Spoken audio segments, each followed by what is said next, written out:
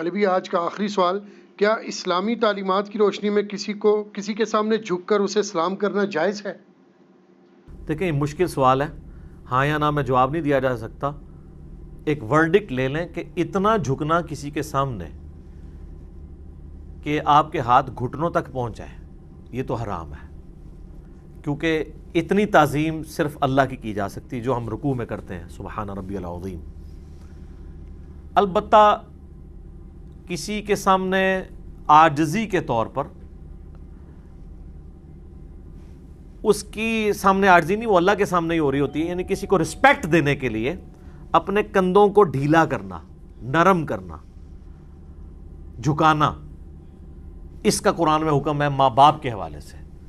دیکھیں نا سورہ بنی اسرائیل میں جہاں پہ اللہ تعالیٰ نے 10 کمانڈمنٹس ارشاد فرمائی ہیں، اعوذ باللہ من الشیطان الرجیم، وَقَضَىٰ رَبُّكَ أَلَّا تَعْبُدُوا إِلَّا إِيَّاهُ، اور تمہارے رب نے یہ بات طے کر دی تھی کہ مت پوجنا کسی کو سوائے اس کے، وَبِالْوَالِدَيْنِ إِحْسَانًا، اور ماں باپ کے ساتھ احسان کرنا، إِمَّا يَبْلُغَنَّ عِندَكَ الْكِبَرَ، اگر وہ پہنچ جائیں تمہارے پاس اس حال میں کہ وہ بوڑھے ہوں، أَحَدُهُمَا أَوْ كِلَاهُمَا، ان میں سے کوئی ایک یا وہ دونوں، فَلَا تَقُلْ لَهُمَا اُف، تو ان کو اف بھی نہ کہنا، وَلَا تَنْهَرْهُمَا، اور ان دونوں کو مت جھڑکنا، وَقُلْ لَهُمَا قَوْلًا كَرِيمًا، اور ان کے ساتھ بات نرمی سے کرنا، وَاخْفِضْ لَهُمَا جَنَاحَ الذُّلِّ مِنَ الرَّحْمَةِ، اپنے کندھے عاجزی کے ساتھ ان کے سامنے جھکا کے رکھنا، وَقُلْ رَبِّ ارْحَمْهُمَا كَمَا رَبَّيَانِي صَغِيرًا، اور ان کے لیے دعا کرنا کہ اللہ ان دونوں پر رحم فرما جس طرح بچپن میں انہوں نے مجھے پالا تھا۔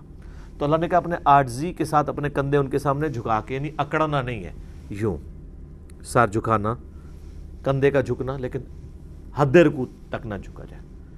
ایون اگر آپ نے ہاتھ بھی چومنے ہیں تو ہاتھوں کو اوپر لے کے آئیں گے چومنے کے لیے، یا خود نیچے بیٹھ جائیں چومنے کے لیے، حد رکوع نہ جھکنا ہو۔ جامعہ ترمذی میں حدیث ہے، جس شخص کی یہ خواہش ہو کہ لوگ اس کے سامنے کھڑے ہوں تعظیم کے لیے، وہ شخص اپنا مقام دوزخ میں دیکھ لے، والعیاذ باللہ تعالی۔ اور جامعہ ترمذی میں حدیث ہے، انس بن مالک کہتے ہیں ہم میں ایک ایسی شخصیت تھی جسے ہم ہر چیز سے بڑھ کر محبوب جانتے تھے، لیکن جب وہ ہم میں آتے تھے ہم ان کے استقبال میں کھڑے بھی نہیں ہوتے تھے، کیونکہ ہمیں پتہ تھا کہ وہ اس بات کا برا مانتے ہیں، اور وہ محمد رسول اللہ تھے صلی اللہ علیہ وآلہ وسلم۔ لیکن اس کا ایک دوسرا پہلو بھی ہے، اگر کسی شخص کے دل میں یہ خیال نہیں کہ لوگ اس کی تعظیم کے لیے کھڑے ہوں، اور لوگ اس کو تعظیم دینے کے لیے کھڑے ہوتے ہیں، تو لوگوں کا کھڑا ہونا جائز ہے، بشرطے کہ وہ لوگوں سے ڈیمانڈ نہ کریں۔ جیسا کہ صحیح بخاری میں آتا ہے کہ سعد ابن معاذ زخمی تھے، جب وہ گدھے پہ سوار ہو کے آئے بنو قریظہ کا وہ مسئلہ سالو کرنے کے بعد، تو نبی علیہ السلام نے بنو قریظہ کے لوگوں سے کہا کہ اپنے جو ہے نا وہ سردار کے لیے کھڑے ہو۔ اب بعض لوگ کہتے ہیں کہ وہ کے لیے کھڑے ہونے سے مراد یہ ہے کہ مطلب اس کو کھڑے ہو کر تو وہ گدھے سے نیچے اتارو، ٹھیک ہے، تو لیکن اکثر کئی موقف ہے کہ نبی علیہ السلام نے رسپیکٹ کے طور پہ یہ بات کی۔ اسی کے تحت میں سمجھتا ہوں کہ ٹیچر کے لیے اگر اسٹوڈنٹ کھڑے ہوتے ہیں، باس کے لیے سب آرڈینیٹس کھڑے ہوتے ہیں، امتحان ان لوگوں کا ہے جن کے سامنے لوگ کھڑے ہو رہے ہیں کہ وہ خود نہ کسی کو کھڑے ہونے دیں، وہ کہہ دیں کہ نہ کھڑے ہو، منع کر دیں۔ اگر نبی علیہ السلام منع کر سکتے ہیں تو ان سے بڑھ کے کس کی مخلوق میں عزت ہے؟ آپ کو کس چیز کی اکڑ ہے کہ آپ کسی کو منع نہ کریں؟ مجھے ڈاکٹر ذاکر نائک کا یاد آیا، وہ کہتے ہیں میں ایک ایئرپورٹ پہ اترا تو وہاں پہ کوئی ایک ایجڈ خاتون تھی، ہندو نا، تو ہندوؤں کی تو آپ پتہ ہے وہ رسپیکٹ میں وہ جا کے پاؤں کو بھی ہاتھ لگا لیتے ہیں، تو ڈاکٹر ذاکر نائک کو وہ دور سے کہتی ہے کہ آپ تو بھگوان ہیں، وہ تو یعنی کسی کی جب تعریف کرنی ہوتی ہے تو کہتے ہیں بھگوان ہو، تو اس سے مراد وہ اللہ نہیں لے رہے ہوتے، یعنی وہ کہ اللہ کے صفات کا مظہر ہو۔ ظاہر ہے کہ ڈاکٹر ذاکر نائک کی بہت بڑی کنٹریبیوشن ہے اس حوالے سے کہ انہوں نے ہندوازم میں بھی کافی حد تک جو غلط چیزیں تھیں ان کے سامنے ایکسپوز کی، اور ان کی تعلیمات جو توحید پر مبنی تھی ان کے اوپر اشکار کی، سملیرٹیز بٹوین ہندوازم اینڈ اسلام۔ تو ڈاکٹر ذاکر نائک کہتے ہیں میں نے اس کو منع کیا، یار مجھے کیوں مروانے لگی ہے یہ؟ میں نے کہا کہ بی بی اللہ کے سوا کسی کے سامنے نہیں جھک سکتے۔ میں سوچ رہا تھا کہ یار یہاں تو پیروں کے سامنے مسلمان جھکتے ہیں تو وہ خوش ہوتے ہیں. اب ایک ہندو آ کے کسی پیر کے آگے گر جائے تو وہ تو پیر کو تو رات کو خوشی سے نیند نہیں آئے گی کہ جناب میں نے اس کو اپنے سامنے گرا لیا ہے, چونکہ اس پیر کو تو اللہ کا تعارف نہیں ہے. تو جس کو اللہ کا تعارف ہے اور جسے پتا ہے کہ میں ایک گندے قطرے کی پیداوار ہوں, تو میری تو کوئی حیثیت ہی نہیں ہے, تو وہ اللہ کی شناخت ہوتے ہوئے وہ اپنے اندر یہ اکڑ لا سکتا ہے کہ وہ اپنے سامنے لوگوں کو جھکانا شروع کر دے. یہ اسی لیے لوگوں کے اندر یہ تکبر آتا ہے اور لوگوں کو جھکنے پہ مجبور کیا جاتا ہے کہ وہ اصل میں اللہ کی شناخت سے آ رہی ہوتے ہیں. یہاں پہ آپ دیکھ لیں کئی ایک یوٹیوب پر ویڈیوز نہیں آپ نے دیکھی ہیں, سیدھے آ کے پیروں کے قدموں میں گرتے ہیں, ٹھیک ہے نا جی, جا کے پاؤں کو بوسہ دیتے ہیں, پھر ماتھا بھی رکھ دیتے ہیں. اچھا وہ یہاں پہ لوگ کہہ رہے ہوتے ہیں دیکھیں نہیں جی صرف بوسہ دیا ہے ماتھا نہیں لگایا. سر اسلام میں ٹو باؤ ڈاؤن کسی کے سامنے بھی یہ حرام ہے, یہ سجدہ ہی ہے جی. صحیح بخاری اٹھا کے دیکھیں, جب سواری پہ نبی علیہ السلام قرآن پڑھ رہے ہوتے تھے تو سر کے اشارے کے ساتھ سجدہ تلاوت کرتے تھے. اس میں یہ نہیں تھا کہ آپ سر جا کے کوہان پہ لگا دیتے تھے. کسی کے سامنے جو ہے وہ حد رکوع جھکنا, یہ صرف اللہ تعالیٰ کا پروٹوکول ہے. تو اگر کوئی شخص کسی کے پاؤں چومنے کے لیے اس کے سامنے یوں جھکا ہے, چاہے اس نے ماتھا نہیں بھی لگایا, باقی اس نے وہ کہتے ہیں دیکھیں ماتھا نہیں لگا تو جب تک 7 عذاب پورے نہیں ہوں گے, آپ کے پورا کرنے والے بھی قبروں پہ ہزاروں لوگ ہیں, جائیں ان کو تو منع کریں نا. To cut the story short, وہ 7 پورے بھی کر رہے ہیں. میرے بھائی جب آپ کسی کے سامنے جھک گئے نا, چاہے آپ نے ماتھا لگایا یا نہ لگایا, بوسہ لیا یا نہیں لیا, رکوع سے آگے جیسے آپ گئے ہیں یا رکوع کے فارم میں بھی چلے گئے ہیں, تو آپ نے اس کو عبادت کا ایک پوسچر جو صرف اللہ کا پروٹوکول تھا, کیونکہ یہ عاجزی والا پوسچر ہے. ویسے تو کل کو کہہ سکتا ہے قیام بھی اللہ کے سامنے کیا جاتا ہے, تو وہ تو ظاہر ہے کہ وہ والا عاجزی والا پوسچر نہیں ہے. وہ تو اللہ نے ہمیں نیچرلی ایسے رکھا ہے کہ ہم اب قومے میں ہم جیسے کھڑے ہوتے ہیں ربنا لک الحمد, یہ تو ہماری عام حالت ہے, ٹھیک ہے, وہ یہ تو ہم سب کے سامنے ہی رکھی ہوئی ہوتی ہے. ہاں لیکن آپ کسی کے سامنے آپ یوں ہاتھ باندھ کے کھڑے ہو جاتے ہیں نماز والے پوسچر میں اسپیسیفکلی, یا ایون قومے والے پوسچر میں بھی وہ والی ذلت رکھ کے سامنے آپ ٹینشن ہو گئے کسی کے سامنے کھڑے ہو گئے ہیں اور آپ اس کو والی رسپیکٹ دے رہے ہیں, تو پھر بہت خطرناک معاملہ ہے. اسی وجہ سے دیکھیں نا ڈاکٹر اسرار صاحب تو اس میں بڑی سختی کرتے تھے. وہ تو کہتے تھے میں تو قومی ترانے کے لیے بھی یوں کھڑے ہو کے تعظیم کرنے کو صحیح نہیں سمجھتا. ان کا جو پوائنٹ آف ویو تھا اپنی پرہیزگاری کے پوائنٹ آف ویو سے وہ بالکل ٹھیک تھا. لیکن ہمارا پوائنٹ آف ویو یہ ہے کہ اگر آپ غیر اللہ کے سامنے اس طرح کھڑے ہو رہے ہیں اور وہ آپ سے تعظیم نہیں کروا رہا اور آپ کے ذہن میں کوئی اس طرح کی تعظیم والا معاملہ نہیں ہے, تو اس پہ شرعی فتویٰ نہیں لگے گا. بچنے میں پھر بھی بہتری ہوگی. رہا رکوع یا رکوع والی شکل بنانا یا سجدے کی طرف جھکنا یا سجدے کے قریب قریب پہنچنا, تو یہ تو سر ہے ہی نہیں نا کسی اور کے لیے, یہ تو ہے ہی صرف اللہ کے لیے. اس کے لیے کوئی شرعی عذر بھی نہیں ہو سکتا. تو یہ سارے کے سارے پوسچرز غیر اللہ کے سامنے بنانا قطعاً حرام ہے اور اس میں کوئی گنجائش نہیں ہے. کسی کو برا لگے کسی کو اچھا لگے, یہ مسلمانی کا پتہ ہی اس وقت چلتا ہے. آپ نے دیکھا ہے کہ یہ بڑے بڑے علماء جو آپ کو قرآن و حدیث کی تعلیمات دے رہے ہوتے ہیں اور آپ ان کی عزت کیوں کر رہے ہوتے ہیں؟ کسی بھی عالم کی یا بزرگ کی آپ عزت کس لیے کرتے ہیں؟ کہ یہ اللہ والا ہے, اسی لیے نا. تو اگر وہ خود اللہ بننے کی کوشش کرے تو اس کی عزت کرنی چاہیے, تو یہ کرتے ہیں. آپ دیکھ لیں تلاوت ہو رہی ہوتی ہے, نعت ہو رہی ہوتی ہے, اس دوران پیر صاحب انٹری مارتے ہیں, سپیکر پکڑ کے ایک بندہ ان کے نعرے مارتا ہے, باقی لوگ استقبال میں کھڑے ہوتے ہیں. وہ اللہ سے زیادہ رسول اللہ سے زیادہ عزت اس شخص کو دے رہے ہوتے ہیں. چاٹنا اس بندے کو. اب کوئی یہ بھی کہہ سکتا ہے کہ انہوں نے تو نہیں کہا, لوگ خود کرتے ہیں, حالانکہ ان کے چھوڑے ہوئے کارندے ہوتے ہیں وہ. لیکن میں کہتا ہوں جی ان کو نہیں پتا, تو یہ تو کر سکتے ہیں نا کہ اس بندے کو کہ بیٹھ جا, اور پھر سپیکر لے کے کہیں کہ یہ جو کچھ تم لوگوں نے حرکت کی ہے فوراً توبہ کرو. تم نے اللہ رسول کے نام کے دوران میرے لیے کھڑے ہو کے نعرے لگائے ہیں, سب پہ توبہ واجب ہے. اور پھر اجتماعی توبہ کرائیں, جس طرح اجتماعی بیعتیں لے رہے ہوتے ہیں چندے بٹورنے کے لیے, اجتماعی توبہ کروائیں. کہیں ہوتے دیکھا آپ نے یہ؟ یہ اس سسٹم کا مزہ لے رہے ہوتے ہیں. کل کو کوئی ان کے اوپر بات کرے گا نا تو یہ اپنی بات ہی بدل دیں گے. یہ تو ایسا نہیں تھا. تو میں ان کو گھر تک پہنچا کے آ رہا ہوں کہ اگر یہ چیز ہو تو پھر یوں بھی ہو.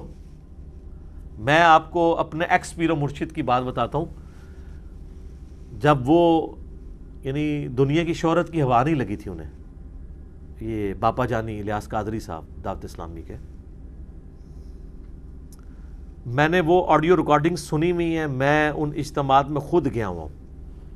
پہلے تو ان کی کیسٹ آتی تھی نا, ویڈیو بنانے کو یہ حرام سمجھتے تھے. پچھلی صدی کی بات کر رہا ہوں میں, 21ویں صدی ہے, 20ویں صدی کی, 90s کی, 1981 میں انہوں نے بنائی ہے نا. اگر کوئی شخص بھولے سے بھی آڈینس میں سے نعرہ لگاتا تھا نا الیاس قادری زندہ باد, سپیکر میں نہیں سر, آڈینس میں, جس کی آواز صرف چند لوگوں نے سنی ہوتی تھی, باقی ہزاروں کے مجمع نے نہیں سنی, تو الیاس قادری صاحب سپیکر پکڑ کہتے تھے الیاس قادری مرد آباد. وہ کہتے تھے زندہ باد تو صرف اللہ ہے, میں نے تو مردہ ہو جانا ہے. حتیٰ کہ انہوں نے اپنے گھر کا نام رکھا ہوا ہے بیت الفنا, آج بھی نام وہی ہے, فنا ہو جانے والا گھر. اپنے گھر کا نام انہوں نے بیت الفنا رکھا ہوا ہے, لیکن آج وہی الیاس قادری صاحب ہیں. میڈیا کی ہوا لگی ہے. ان کے ساتھ بیٹھ کے زمین و آسمان کی کلامیں لوگ ان کے بارے میں ملاتے ہیں. اتنے ناگہانی قسم کے, طوفانی قسم کے واقعات ان کے بارے میں بتاتے ہیں کہ جو کرامات آپ نے پرانے بزرگوں کے بارے میں سوچی بھی نہیں ہوں گی, اور وہ بیٹھ کے سنتے رہتے ہیں ان کی بیعت کی ترغیب دلانے کے لیے. اور پبلکلی وہ کھانا کھانے کے بعد اپنے منہ کی ہڈیاں ٹیشو پیپر سے پوچھا ہوا, یہ چیزیں, یہ ساری چیزیں لوگوں میں تبرکن تقسیم کر رہا ہوتا ہے. تو یہ تھیندے بندہ تھی جاتا ہے. وہ تھیتا اسی لیے ہے کہ جس چیز کی بنیاد اور تزکیہ قرآن کے اوپر نہ ہو بلکہ بزرگوں کی تعلیمات پہ ہو, الٹیمیٹلی وہ کہیں نہ کہیں آگے دھوکہ کھا جاتا ہے. جو کوئی تزکیہ, نفس کی صفائی, اللہ کی معرفت قرآن کے ذریعے حاصل کرتا ہے نا, وہ کبھی بھی ڈیسیو نہیں ہوتا. یہ فرق ہے, کیونکہ قرآن انسان کی کمر توڑ دیتا ہے, اس کا تکبر توڑ کے رکھ دیتا ہے. وہ کبھی اپنی عبادت کروانے کا سوچ نہیں سکتا. اور آپ اگر کہیں کہ ان لوگوں نے قرآن پڑھا ہوا ہے, انہوں نے کہاں قرآن پڑھا ہوا ہے میرے بھائی. ان کے بزرگوں نے بھی 8 جلدوں کی تفسیریں قرآن کی لکھ دی ہیں, لیکن قرآن یہ پڑھا ہے کہ ایاک نعبد و ایاک نستعین کی تفسیر میں انہوں نے یا شیخ عبد القادر جیلانی مدد ثابت کیا ہوا ہے, یہ تفسیر لکھی ہے. تو جو قرآن کے پہلے صفحے کی تفسیر یہ لکھ رہا ہے 180 ڈگری, آگے جا کے قرآن سے اس نے کیا حاصل کرنا ہے. تو یہ قرآن کی تفسیر ایک فن ہے, چاہے آپ وہ قرآن کی تعلیمات کے مطابق کریں یا اس کے اپوزٹ کریں. اس کا پریکٹیکل لائف سے کوئی تعلق نہیں کہ کسی شخص کی زندگی میں قرآن آتا ہے یا نہیں آتا. اس لیے آپ دیکھتے ہیں کہ وہ ڈاکٹر اسرار صاحب فرمایا کرتے تھے کہ ہماری ینگ جنریشن ہمارے علماء اور بزرگوں کا کردار جب دیکھتی ہے نا تو دین سے متنفر ہو جاتی ہے. اس لیے کہ وہ کہتے ہیں کہ ہم نے دین پہ چان کے کیا لینا ہے. جو دین کے گرو ہیں, جنہوں نے دین جو ہے وہ ٹنو ٹن پیا ہوا ہے, ان کا کردار تو یہ ہے کہ یہ دنیا کے کتے بنے ہوئے ہیں. اور کتے کی مثال بری نہیں, قرآن میں بلعام بن باورا ایک عالم سو جو دنیا دار بن گیا تھا, اس کی مثال اللہ نے کتے کی بیان کی ہے, سورۃ الاعراف آیت نمبر 175. تو وہ کہتے ہیں جب اپنے وہ علماء کو دیکھتے ہیں کہ یہ دنیا کے ہم سے بھی زیادہ حریص ہیں, تو کہتے ہیں اگر قرآن و حدیث پڑھ کے ہم نے بھی یہی کچھ بننا ہے تو ابھی تو ہم ان سے بہت بہتر ہیں, تو ہم مزید کوئی قرآن حدیث پڑھ کے نا بدتر نہ ہو جائیں. وہ یہ سمجھ رہے ہوتے ہیں, لیکن ان بیچاروں کو نہیں پتا کہ ان لوگوں نے قرآن حدیث کوئی نہیں پڑھا ہوا, انہوں نے ایز اے نالج بھی پڑھا ہوا ہے. قرآن حدیث نالج کے پڑھنے کی چیز نہیں ہے. وہ تو آپ امریکہ میں چلے جائیں تو آپ کو اسلامیات کے پروفیسر یہودی بھی مل جائیں گے, ہاں جی, جو اسلامیات کو ایز اے سبجیکٹ پڑھاتے ہیں. سر اگر ایک مسلمان میتھمیٹیشین سائنٹسٹ ہو سکتا ہے تو ایک غیر مسلم اسلامیات کا بھی پروفیسر ہو سکتا ہے. مسلمانوں میں کئی ہیں جن کو کمپیریٹیو اسٹڈی کا پتہ ہے, تورات میں, انجیل میں, کیا لکھا ہوا ہے. تو ایز اے نالج ہے نا, وہ یہ تو نہیں کہ وہ تورات انجیل کو پریکٹس کر رہا ہے. اس طرح یہودیوں میں بھی ایسے پروفیسرز موجود ہیں, کرسچنز میں, جو اسلامیات کو ایز اے سبجیکٹ جان. اور سر نبی علیہ السلام کی بایوگرافی پہ کتابیں لکھی ہوئی ہیں غیر مسلموں نے, وہ ایز اے نالج انہوں نے اس کو پڑھا ہوتا ہے اپنے اوپر امپلیمنٹ کرنے کے لیے. اگر جو پڑھتے ہیں ان کو اسلام بھی مل جاتا ہے, اور جو امپلیمنٹ نہیں کرتے تو وہ یہودی مر جاتے ہیں, مولوی مر جاتے ہیں. اسلام کی ایسن تک وہ پہنچنے میں ناکام ہوتے ہیں, کیونکہ قرآن و سنت کی تعلیمات وہ نہیں ہیں جو صرف نالج کے لیے پڑھی جائیں. یہ وہ تعلیمات ہیں جو پریکٹس کے لیے پڑھی جاتی ہیں. اور جو پریکٹس کر لیتا ہے نا سر, پھر اللہ تعالیٰ اس چیز کی پرواہ نہیں کرتا کہ وہ کسی مسجد کا امام ہے, کسی پیر خانے کا گدی نشین ہے, وہ کسی جماعت کا امیر ہے. اللہ تعالیٰ ان چیزوں سے بے پرواہ ہے. پھر وہ مودودی ہوگا, وہ ڈاکٹر اسرار ہوگا, وہ احمد دیداد ہوگا, اللہ تعالیٰ اس کو کہاں سے اٹھا کے کہاں تک پہنچا دے گا. یہ ان مدرسوں کے تو آؤٹ پٹ نہیں ہے. تو یہ دین پریکٹس کرنے کا نام ہے, نہ کہ اس کو ایز اے نالج پڑھنے کا اور لوگوں پہ علم جھاڑنے کا, اور تقریر کرتے ہوئے مشکل اردو کے اور عربی کے الفاظ تجوید کے ساتھ بولنے کا نام ہے کہ اگلے بندے کو وہ روب پڑ جائے کہ پتہ نہیں انہوں نے کیا کہہ دیا آگے سے. آپ نے دیکھا نہیں کتنی مشکل الفاظ استعمال کرتے ہیں, پھر کہتے ہیں ہماری ویڈیوز کو دیکھتا نہیں. بھئی آپ کی ویڈیوز جو ہے وہ سمجھ نہیں کسی کو آنی, کس نے کیا دیکھنی ہے. ٹھیک ہے, بس وہ سبحان اللہ ہی کہتے رہ جاتے ہیں. جس طرح کہ یہاں کے اجمی لوگ جب عربیوں سے گالیاں بھی سنتے ہیں تو سبحان اللہ کہتے ہیں, وہ سمجھتے ہیں قرآن ہی پڑھ رہے ہیں وہ. تو یہ بیچارے بھی آپ کے مشکل الفاظ کو بس وہ سبحان اللہ اسی طریقے سے کہہ رہے ہوتے ہیں, ان کو سمجھ کوئی نہیں آ رہی ہوتی ہے. تو پہلے تو جلسوں میں ان کے بیٹھنا مجبوری تھی کہ آپ بریانی کھلا دیتے تھے, شیرنی کھلا دیتے تھے. لیکن یوٹیوب پہ تو کسی کی کوئی مجبوری نہیں ہے کہ وہ, ہاں کوئی یوٹیوب پہ ایسا سلسلہ شروع ہو جائے کہ جو بھی ایک دفعہ کسی مولوی کی تقریر دیکھے تو ایک بریانی کی پلیٹ آٹومیٹکلی جو ہے وہ اس کے گھر پارسل پہنچ جائے گا, تو پھر ویورشپ ان کی بڑھ سکتی ہے. تو لوگ تنگ آئے ہوئے ہیں. جمعے کے خطبوں میں بھی دوسری تقریر پہ پہنچتے ہیں, 11ویں کے اوپر یا عام اصالہ ثواب کی مجالس کے اندر لوگ اس لیے آتے ہیں کہ وہاں پہ کھانا ہوتا ہے. اور اس میں بھی آپ دیکھیں افطاریوں کے موقع پہ بھی اکثر آخری 5-7 منٹ میں لوگ آ رہے ہوتے ہیں. تقریروں سے کسی کا کیا لینا دینا ہے. اور یہ لوگ کہہ رہے ہیں ہم اسلام کی خدمت کر رہے ہیں. وہ آپ سے خدمت لینے کے لیے عوام ہی تیار رہی ہے, آپ کون سی خدمت کر رہے ہیں. وہ اسلام کی خدمت کر رہے ہیں, یعنی اپنی خود خدمت کر رہے ہیں, اپنی خدمت کر بھی رہے ہیں اور کروا بھی رہے ہیں. اللہ تعالیٰ ہمیں اس فتنے سے محفوظ فرمائے. اللہ تعالیٰ سے دعا ہے جو حق بات میں نے کہی اللہ تعالیٰ ہمارے دلوں میں راسخ فرمائے. اگر جس بات میں میرے منہ سے کوئی غلط بات نکل گئی, اللہ تعالیٰ ہمارے دلوں سے اسے دور کر دے, ہمیں معاف بھی فرما دے, ہمیں کتاب و سنت کی تعلیمات پر عمل کر کے دوسرے بھائیوں تک پہنچانے کی توفیق عطا فرمائے. سبحانک اللہم و بحمدک, اشہد ان لا الہ الا انت, استغفرک و اتوب الیک, وما علینا الا البلاغ المبین. جزاکم اللہ خیرا.